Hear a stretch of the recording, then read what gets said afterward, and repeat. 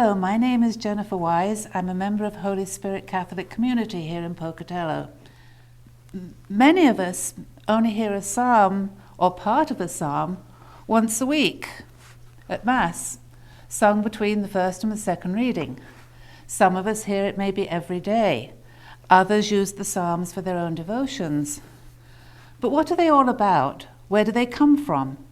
How can they inform our own faith and prayer life?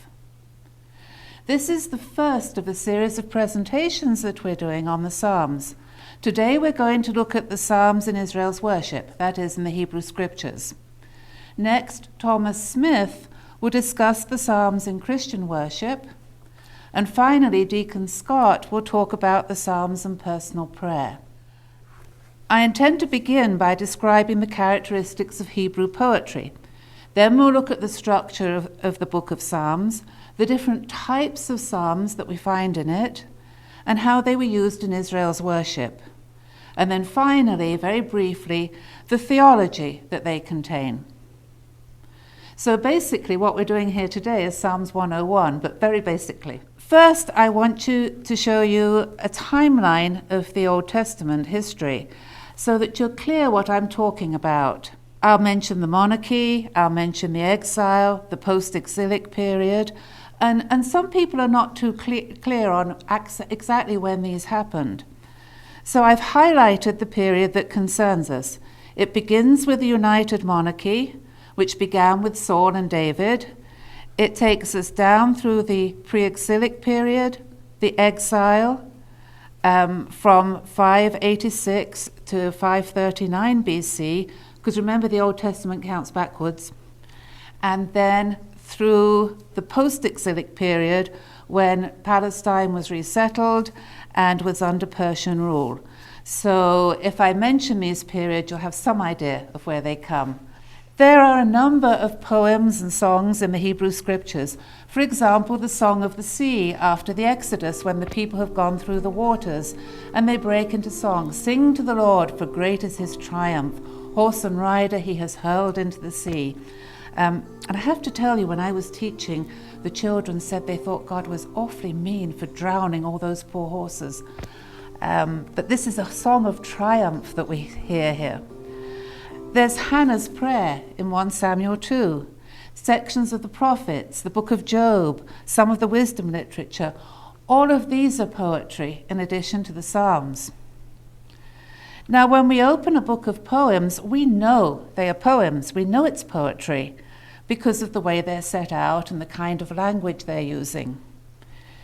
In the earliest Hebrew manuscripts, this was not the case, except for one or two instances, one of which actually is the Song of the Sea. We are showing you here two sections or two versions of 1 Samuel 2, which is Hannah's song. Now, in the oldest version, if you look at this, and you don't have to know Hebrew to see this, everything looks the same. Everything looks like it's prose. Then in the later version, which was produced, I think, around about 1970 and is used by students of Hebrew, you can see now that this song, it looks like poetry when we look at it. So how did we come to this? How did we begin to see that much of what looked like prose was actually poetry? It was in the late 18th century that the then Bishop of London, Robert Lowth, discerned certain characteristics and patterns in the text that confirmed that they were, in fact, poetry. And scholars today still follow these conclusions with various refinements. The scholars are always refining stuff. The most prominent feature of biblical poetry is its use of parallelism, by which I mean the repetition of meaning in parallel form. Here are some examples. First of all, we talk about complete parallelism, when every term or thought unit in one line is paralleled by an equivalent term or thought unit in the next. So in Psalm 105, what we call synonymous parallelism. Then Israel entered Egypt. Jacob lived in the land of Ham. And of course, Israel and Jacob are synonymous. Egypt is the land of Ham. Then there's what's called antithetic parallelism, where you have a contrast of thought. So in Psalm 90, In the morning it flourishes and shoots up. By evening it droops and withers. Or emblematic parallelism, which uses a simile or a metaphor. As a father has compassion on his children, so the Lord has compassion on the faithful. So Psalm 103. And then the final one of these, inverted parallelism, I'm actually going to quote from the book of Isaiah in chapter 11. Ephraim shall not be jealous of Judah, and Judah shall not be hostile to Ephraim. Then there's also something we call incomplete parallelism. And probably the most obvious example is step parallelism, in which the thought is developed. And so in Psalm 29 we hear, give to the Lord, you heavenly beings, give to the Lord glory and might. Give to the Lord the glory due to God's name. Bow down before the Lord's holy splendor. And now you know about this parallelism, you're going to see it continually every time you hear a psalm. Meter is kind of difficult. Lot of discussion whether we can find meter in the Psalms. There is one kind of a 3-2 beat, which we find in a lament form. And a good example where it comes, I think, across in the English translations is in the book of Amos, where he says, fallen no more to rise is the virgin Israel, forsaken on her land with none to raise her up. So you can see there's a kind of a meter there. Several psalms use alphabetical acrostic forms when each line or each stanza begins with the next letter in the alphabet. The most famous of these is Psalm 119, which is about the Torah, the law. The New American Bible, which most of you will be using, indicates this, but it doesn't attempt to translate it with every line beginning with the same letter. I guess there was a translation once which did try, and it was not very successful. We have a copy here, and again it's in Hebrew, but you don't have to know Hebrew, of part of Psalm 119. It's the last few lines of the first stanza, then the second, the third, and the first few lines of the fourth. And I've highlighted the first letter of each line. And you can see from that the orange at the top. And remember, Hebrew goes from right to left. So the first letter is on the right-hand side. My big contribution to Old Testament studies when I was a student was the theory that all the Jews were left-handed like me. But my professor was not impressed. In orange, we have the first letter of the alphabet, Aleph. Then in green, we have the second letter, Beth. Then in pink, we have the third letter, Gimel, and in yellow, we have the fourth letter, Daleth. So Aleph, Beth, Gimel, Daleth. And it goes on, the psalm, through all of these letters of the alphabet. So as you can tell, it's a very long psalm. Now, the book of Psalms is so called because it derives from the Greek word psalmos, which is the song accompanied by a stringed instrument. And the stringed instrument, the psalterion, is also sometimes used when we talk of the book of Psalms as the Psalter. The fact that Luke, in his Gospel and in Acts, refers to the book of Psalms shows that in early Christianity, this title was already in use. The Hebrew title is Tehillim, or Songs of Praise, though these make up only some of the Psalms. In Psalm 72, they're referred to as prayers, but not all of them are prayers either. Now, the canonical Psalms, ones we have in our Bible, number 150. In the Greek Old Testament, there's actually 151, and also in the Dead Sea Scrolls at Qumran. But if you look in your New American Bible, you'll see we have 150. This is the Hebrew canon. They're divided into 5 books, 1 to 41, 42 to 72, 73 to 89, 90 to 106, and 107 to 150. And each of these books ends with a doxology, or a hymn of praise. So after the first section, blessed be the Lord, the God of Israel, from eternity and forever, amen and amen. A bit like, after our prayers we say, glory be to the Father. Behind all of this, there's evidence of earlier collections, psalms indicating that they're psalms of David, or as Asaph, or the Korahites, and so on. Now, it doesn't mean that these psalms were actually written by these individuals. The Psalms of David, for example. It used to be thought that these were actually written by David.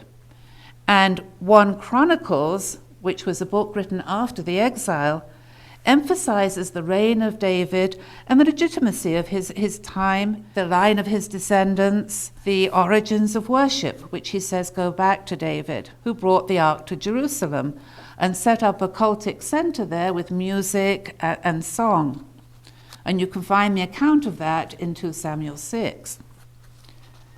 However, many of these psalms which say they're of David presuppose the temple, which David didn't build.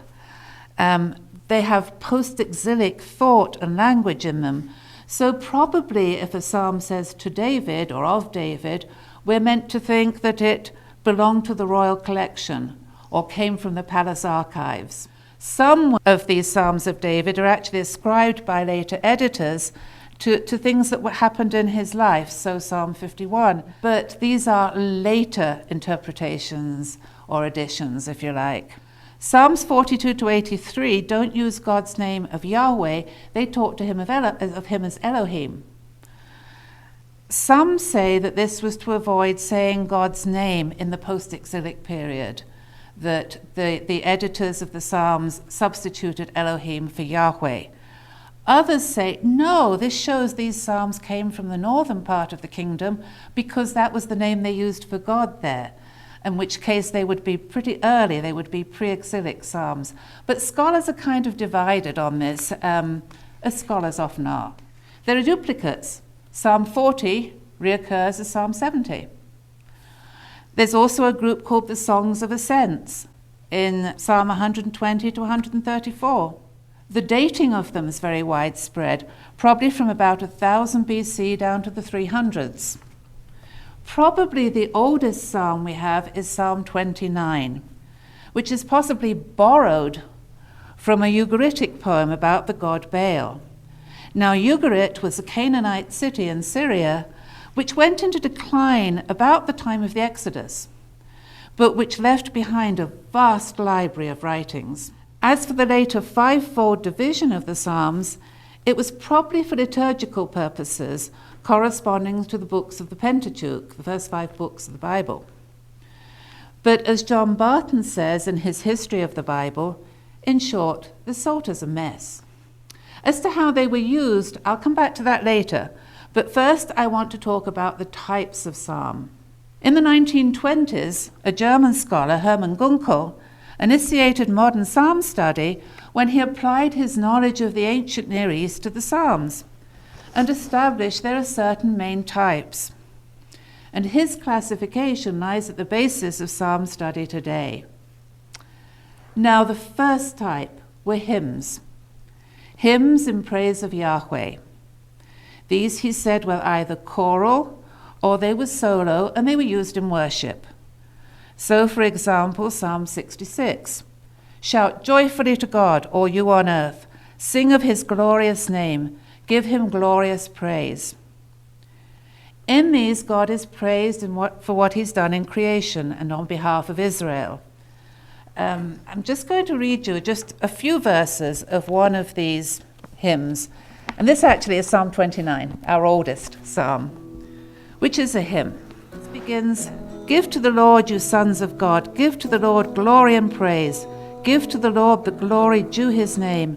Adore the Lord in holy attire. The voice of the Lord is over the waters. The God of glory thunders, the Lord over vast waters. The voice of the Lord is mighty. The voice of the Lord is majestic. The voice of the Lord breaks the cedars.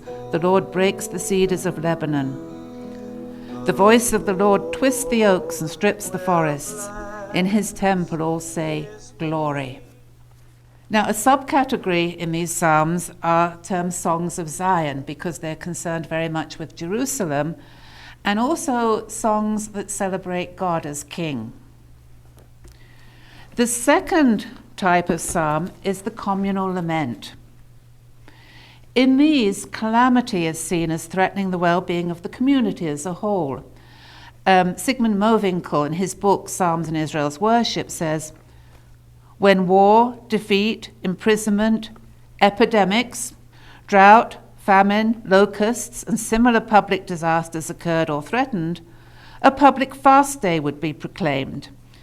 And you can compare that to what is said in Joel chapter 1, which we use on Ash Wednesday. Proclaim a fast, call an assembly, gather the elders, all who dwell in the land, into the house of the Lord your God, and cry to the Lord. And so one of these communal laments is Psalm 44. Now you have cast us off and put us in disgrace. You go not forth with our armies. You have let us be driven back by our foes. Those who hated us plundered us at will. You marked us out as sheep to be slaughtered. Among the nations you scattered us.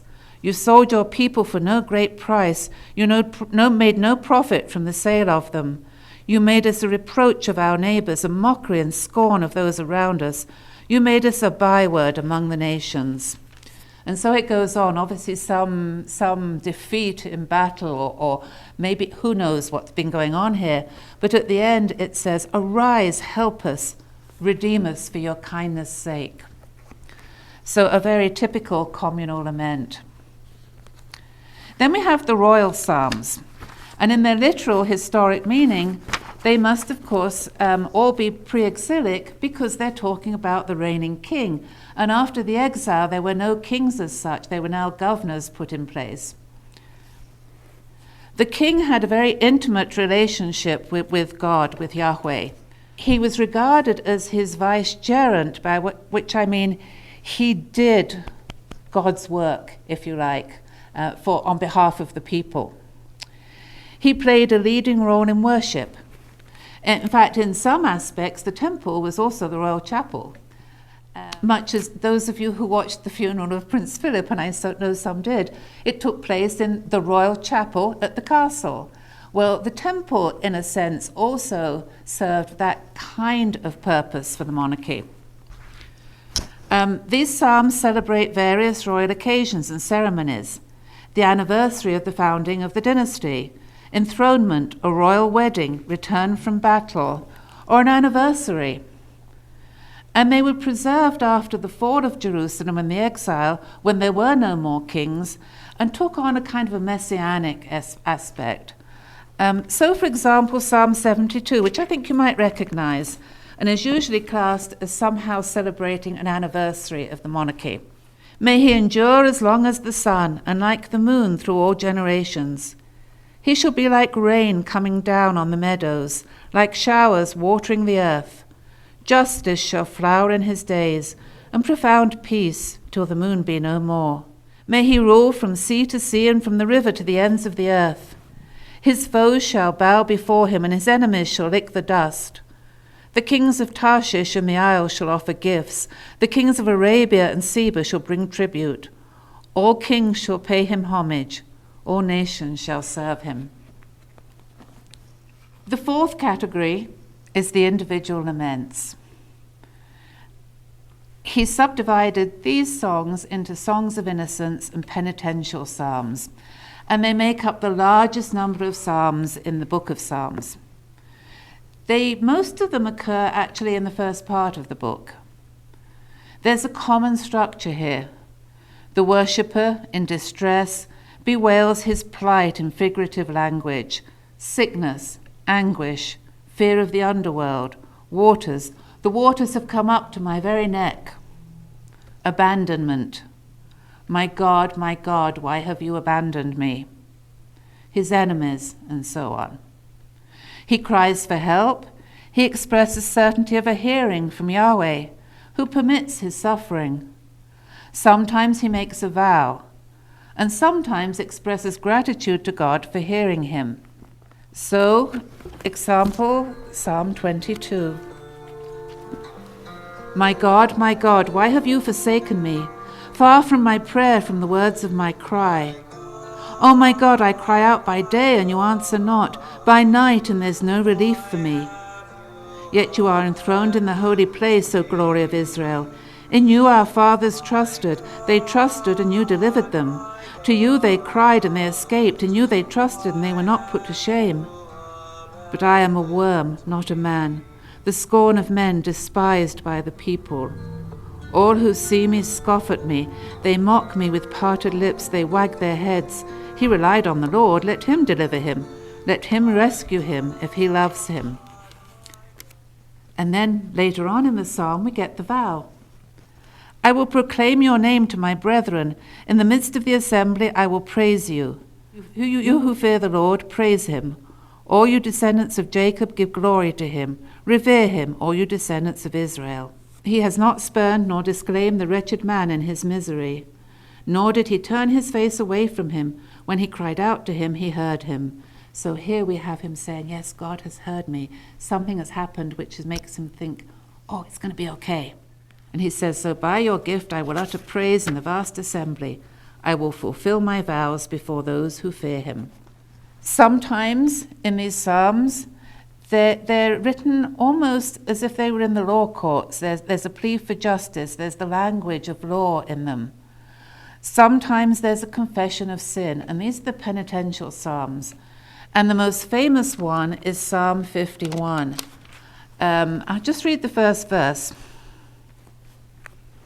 Have mercy on me, O God, in your goodness. In the greatness of your compassion, wipe out my offense. Thoroughly wash me from my guilt, and of my sin cleanse me. First of all, I hope you notice the parallelism there. Secondly, I've chosen this because there was a phrase one of my professors used that stuck with me all these years when we were doing this psalm. He talked about the language used here of washing, of cleansing, of beating the laundry on the rocks to get the dirt out. And he said, this idea of sin being washed away belongs to the psychological nursery of mankind, which I kind of like. When there's an expression at the end of healing or deliverance, it's thought that the psalm actually stopped when it was being used at the cultic center or at the temple or wherever, and it broke for the priest or the official to announce a blessing, to announce healing, and then it resumes. So in Psalm 28, blessed be the Lord who's heard the sound of my pleading. So something seems to have gone on there that it can change from all this woe is me to, hey, it's okay. Then we have individual thanksgivings, such as Psalm 92, which actually have a very close connection with these individual laments, both in language and in thought. They're very closely connected with public worship and the offering of sacrifice, bearing witness before the congregation of God's power. So in Psalm 92, it is good to give thanks to the Lord, to sing praise to your name most high, to proclaim your kindness at dawn and your faithfulness throughout the night, with 10-stringed instrument and lyre, with melody upon the harp. For you make me glad, O Lord, by your deeds. At the work of your hands I rejoice. There are some minor categories as well. Entrance liturgies. So Psalm 24. Who can ascend the mountain of the Lord? Who can stand in his holy place? And then it talks about bringing the Ark of the Covenant into the holy place. So an entrance liturgy. There are songs of ascent or pilgrimage songs from Psalm 120 through to 134. And then there are wisdom psalms. For example, Psalm 49, which are kind of meditations. Psalm 49 actually wouldn't look out of place in the book of Proverbs. Hear this, all you peoples, hearken all who dwell in the world, of lowly birth or high degree, rich and poor alike. My mouth shall speak wisdom, prudence shall be the utterance of my heart. My ear is intent upon a proverb, I will set forth my riddle to the music of the harp. The most famous psalm of all, of course, is Psalm 23, the Lord is my shepherd. And it's interesting reading the commentaries that most scholars have a little bit of difficulty deciding what kind of psalm this is. In the end, they all seem to plump for the title, A Song of Confidence. Now, we're going to be posting this online on May the 7th, and you'll find that most of the responsorial psalms for the next few Sundays are either hymns or thanksgivings. In fact, it's not until July the 4th we actually encounter a lament. But I guess all those praise and thanksgivings are very appropriate to the season that we're in terms of the liturgy. So, how were the psalms used? And I've touched upon this a little bit. Sometimes the Psalter has been called the hymn book of the Second Temple. And there's some truth in this, in that the collection and preservation of the Psalms, as well as the composition of some of them, belong to this period, the period after the exile. The United States bishops, in their article on the Psalms, say the majority were composed originally precisely for liturgical worship. The Psalms seem to have been intended primarily for this public worship in one of the two temples, Solomon's and then the Second Temple, or at other places of worship, such as the sanctuary at Bethel in the north, or maybe even at the earliest in the sanctuary erected by David, because remember, David did not build the temple, it was Solomon who built the temple. They seem to have been produced by scribes, temple singers, Levites, poets. Some may even have been the prayers of individuals which became popular and were taken over by the shrine. Probably some were used at the great festivals, Passover, New Year, the Day of Atonement, others at pilgrimages, celebrations of Zion, purification ceremonies, healing rituals, celebrations after victories. The great Scandinavian psalm scholar, Sigmund Mowinckel, proposed a New Year festival, which was modelled on those in Babylon and elsewhere in the ancient Near East, in which every year at the turn of the year, the king acted out the role of the dying and rising god, and he symbolically descended to the underworld and then rose again. The royal psalms and any others dealing with kingship would belong to this festival. However, the only evidence we have for this festival in Israel is what he deduced from the Psalms. And some scholars would also say from Isaiah 40 to 55, especially the suffering servant songs. So that's kind of a circular argument there. But his views were very popular at one time, and they still are popular with some scholars. Some suggest that the individual laments meant the individual, or someone standing in for him, went to the temple where a singer sang the psalm for him and a blessing was given. Sometimes it's thought these individual laments, the I actually also refers to the whole community. Others seem to have a choir people structure, so Psalm 136 with its refrain, "His mercy endures forever." Some psalms have directions attached to them, which seem to point to their usage with stringed instruments. According to the lilies, or the hind of the dawn, which some think might have been the tunes which were used. For a memorial offering, the songs of ascents could be pilgrimage songs, or they could be songs of people as they actually mounted the steps of the temple. So Psalm 122. I rejoice because they said to me, we'll go up to the house of the Lord. And now we have set foot within your gates, O Jerusalem. Jerusalem built as a city with compact unity. To it the tribes go up, the tribes of the Lord. Some are called mitzmors, which is a technical term for a cultic song that is accompanied by a stringed instrument. There are maskils or meditations, miktam, psalms of atonement. Psalm 92 tells us it's for the Sabbath. Now, 1 and 2 Chronicles were written after the exile, but their whole purpose was to defend the legitimacy of the Davidic dynasty and the temple. The worshipping community of his time is seen as an extension of that which God established through David, and the temple is the only legitimate place for worship. So the writer in 1 Chronicles 16 lists temple singers who sounded the cymbals, harps, and lyres and trumpets.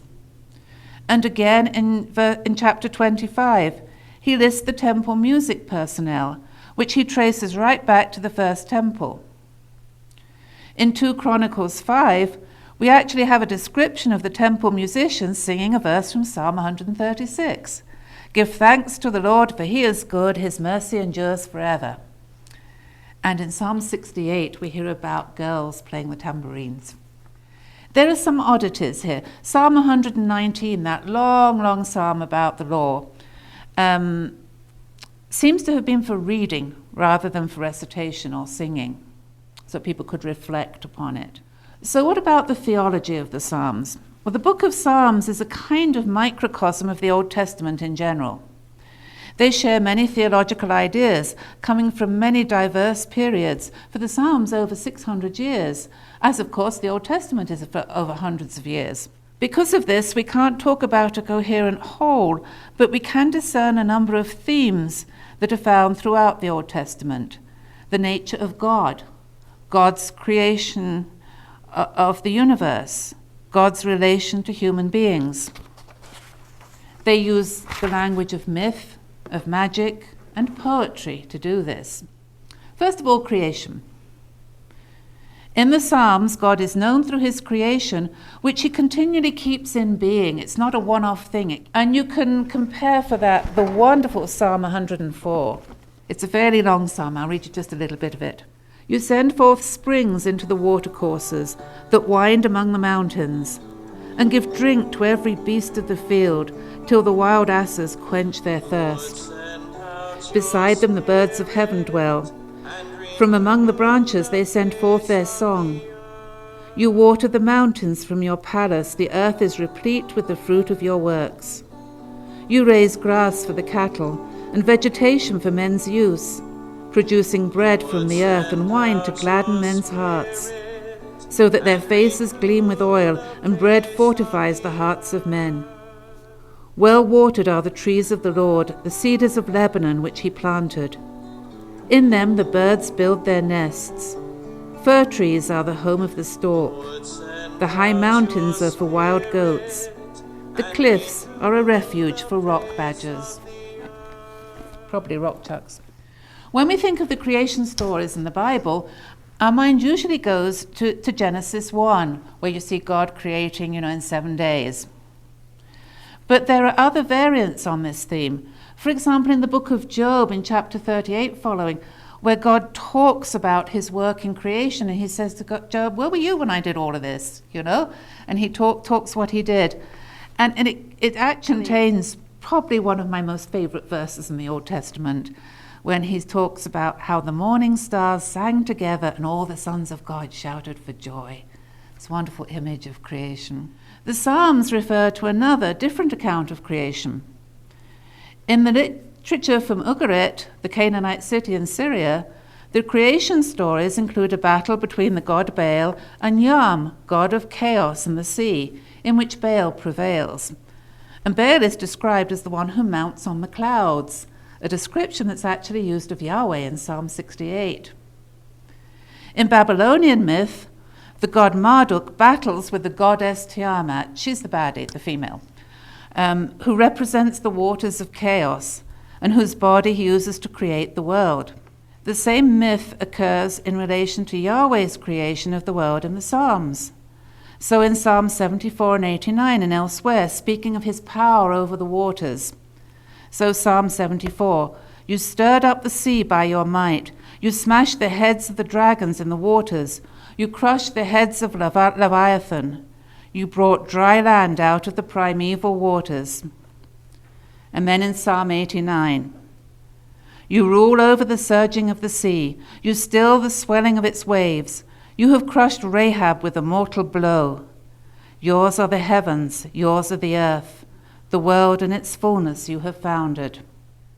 The relationship between God and Israel is emphasized with references both to his saving power in the Exodus and his covenant with the house of David. So Psalm 136 lists all the things God has done for Israel.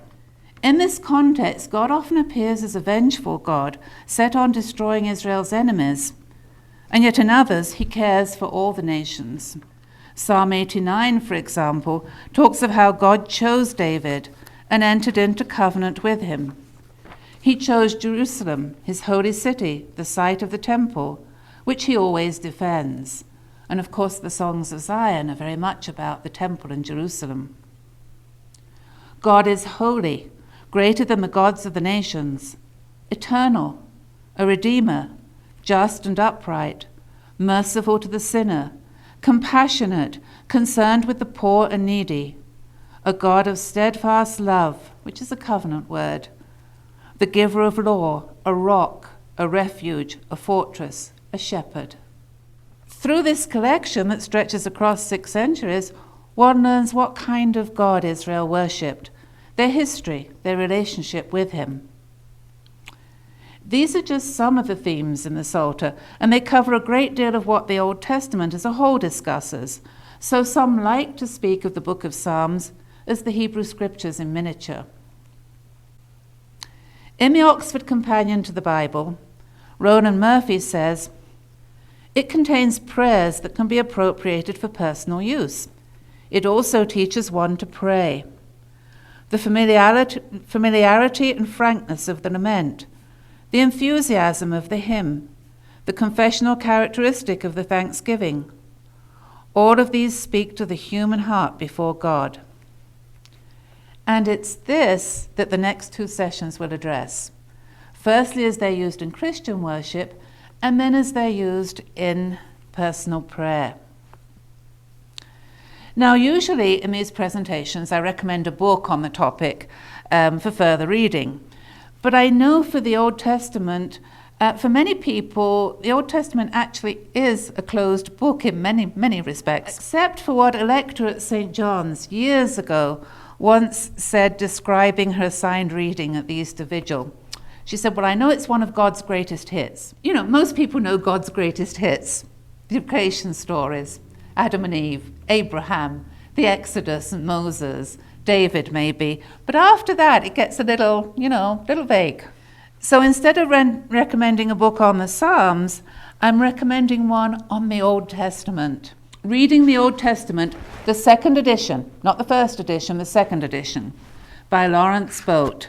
When this book first was published back in the 1980s, it was at the top of Paulus Press's bestseller list forever and ever. It looks a little bit textbooky when you look at it, and it is used for a number of courses, but it's written especially too to appeal to the general reader. It's very sound and it's very readable. All you need to know about the Old Testament. And of course, there is a chapter in there on Israel's worship in the Psalms. So I'm going to end with a doxology. Blessed be the Lord, the God of Israel, from everlasting to everlasting. Let all the people say, Amen.